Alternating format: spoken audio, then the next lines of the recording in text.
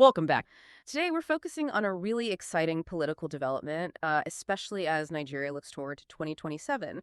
The National Opposition Coalition Group, the NOCG, has made a pretty monumental decision. They're adopting the African Democratic Congress, the ADC, as their unified platform. For anyone hoping for a serious unified challenge to the current establishment, well, this is big news. So our mission today, just for you, is to understand the architect behind this whole strategy. We're pulling back the curtain on Chief Raph Nwosu. He's the founder, the former longtime chairman of the ADC, and maybe most importantly, the key facilitator who engineered this opposition coalition. We're basing this whole on a detailed analysis from Restore Nigeria News. And, understanding Nwosu is absolutely essential here. This isn't just a political profile. It's a window into the ADC's ideological blueprint and really the strategic direction of this unified opposition. What stands out right away is his whole approach. He's always focused on building viable institutions outside the orbit of the dominant political parties. He's aiming for something foundational, not just making noise before an election. Okay, let's unpack that. The article presents him as, well, one of the most distinctive figures since the start of the Fourth Republic. Beyond just being the founder, how does it describe his personal style? What sets him apart from a typical political leader? The defining word is consistency. He's known for maintaining ideological clarity and just, persistent engagement over decades, often at a significant personal cost, which, as the source points out, is a quality that's often lacking in Nigerian politics. They describe him as thoughtful, resilient, methodical, and deeply, deeply conscious of political history. And that connects to something the source calls his entrepreneurial discipline. Now, we hear that phrase a lot, but what does it really mean in a political context like this? It's a great question.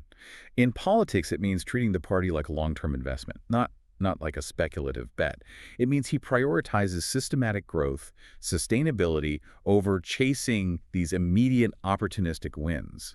Unlike so many politicians whose public lives are described as episodic, opportunistic, and oscillating with power shifts, Nwosu has kept this steady commitment to the ADC's ideals. It doesn't matter if the party is in or out of the spotlight. That refusal to jump ship has built a huge amount of internal trust. We've also seen him described as someone who actively rejects that aloof political elite persona. So how does this discipline actually show up in his day-to-day engagement, especially at the grassroots level? It shows up through constant ground-level work. The source really emphasizes his routine interactions with the foundation of the party. We're talking ward-level organizers, youth groups, women's associations, civic forums. He's not just relying on, regional kingmakers or top-down orders. And this engagement, it's highly strategic. It's how he gets a real feel for the political discontent across the country, which then informs his policy ideas. And that constant interaction with everyday members, that's the source of his unwavering focus on internal party democracy. His old belief is that if the party structure itself is healthy, it can't help but produce credible leaders. So that paints a really clear picture of the man and his method. Measured speech, calm persuasion, and always focusing on negotiation over confrontation. Understanding that deep, steady engagement helps us understand the why behind his ideology. So what are the foundational principles he built the ADC on? The foundation is really rooted in participatory democracy and institutional accountability. And it all starts with this fundamental rejection of politics as a purely transactional thing. Meaning it shouldn't just be about buying votes or sharing the spoils. Exactly. The ADC was conceived from day one to be a systemic alternative. That structural approach brings us to his core belief about Nigeria's political problems. He argues Nigeria's crisis isn't mainly from poor individual leaders, but from systemic political sclerosis. That's a powerful term. What do they mean by that, by systemic sclerosis? Right. It's a technical term, but think of it like this, like the hardening of the political arteries. It means the dominant parties have become rigid. They're rule-averse, they're incapable of any kind of internal self-correction. They just don't have the institutional flexibility to adapt or to promote genuine talent from within. This shows up when they, impose candidates, ignore their own party constitutions, and prioritize loyalty to godfathers over actual competence. So that sclerosis is why they can't change. Precisely. And Nwosu argues the parties that lack that internal democracy will inevitably reproduce bad governance at the national level. That rigid internal structure is what creates the transactional model he's fighting against. And this makes the whole reason for founding the ADC so much clearer.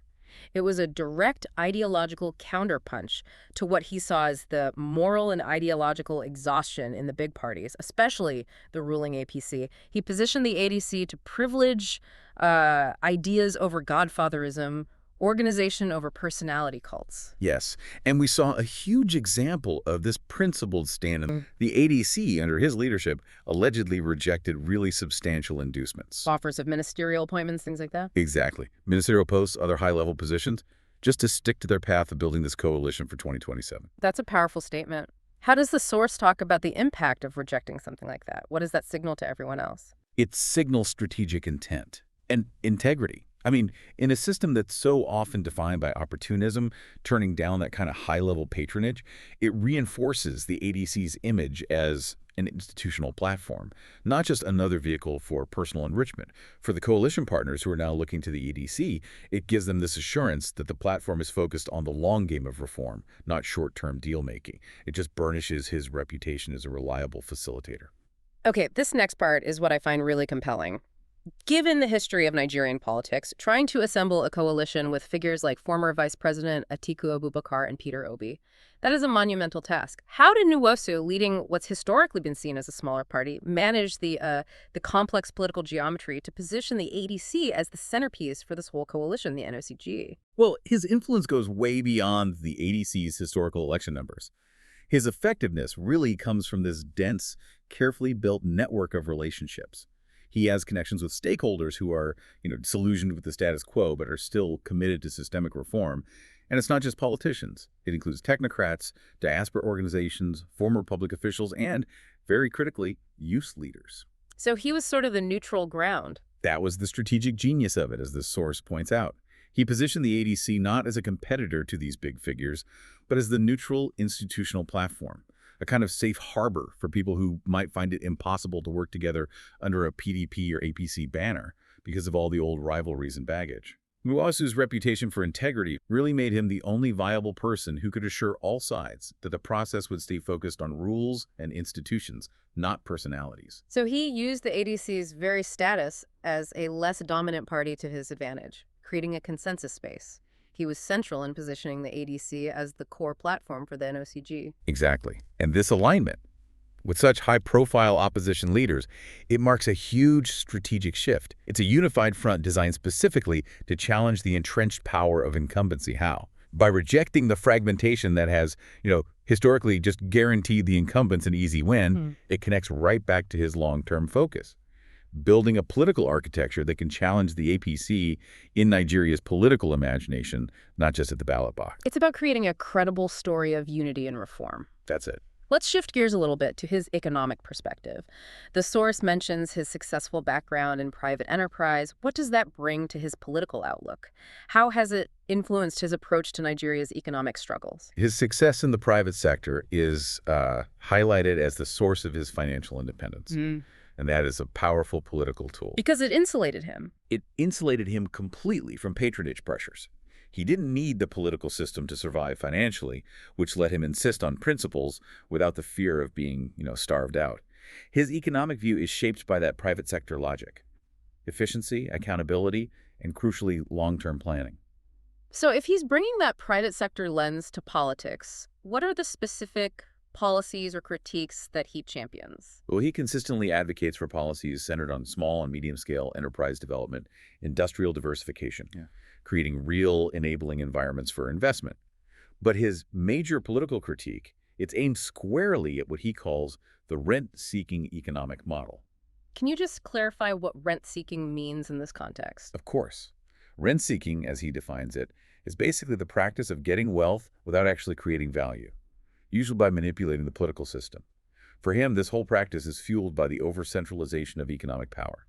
It lets political elites act as gatekeepers to wealth, to grants, to contracts. And his political solution is a very strong advocacy for the decentralization of economic decision-making. He argues that economic power has to be moved away from the political elite and closer to where the actual production is happening in the economy. He connects this critique directly to the current crisis, arguing the administration's centralized policies have contributed to despair, hunger, and economic stagnation. For Nwosu, you simply cannot separate economic reform from political reform. A corrupt political system will always produce a distorted, transactional economy. That link is absolutely central to his entire platform. So as the opposition moves toward 2027, How does he translate this ideology and this new coalition into a tangible strategy? The source identifies three specific objectives. Right, there are three strategic pillars, and they're all designed to build institutional resilience. First is organizational consolidation, so strengthening state and local structures, reinforcing that internal democracy, and expanding membership, specifically among professionals and politically engaged youth. He's focused on capacity, not just picking candidates. And the second pillar seems to be about maximizing this current opportunity. Exactly. The second is coalition building.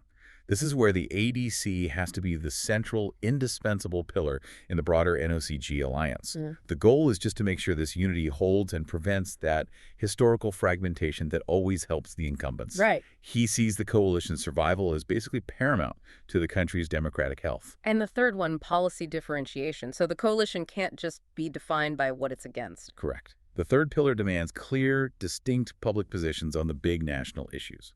Restructuring, electoral reform, social justice, economic inclusion. They have to present a comprehensive alternative, positioning themselves not just as not the APC, but as the party of systemic institutional reform. If you connect it all back, the source argues that Nwosu frames the 2027 contest not just as an electoral battle, but as a referendum on Nigeria's democratic future. So what does this all mean for you, the listener?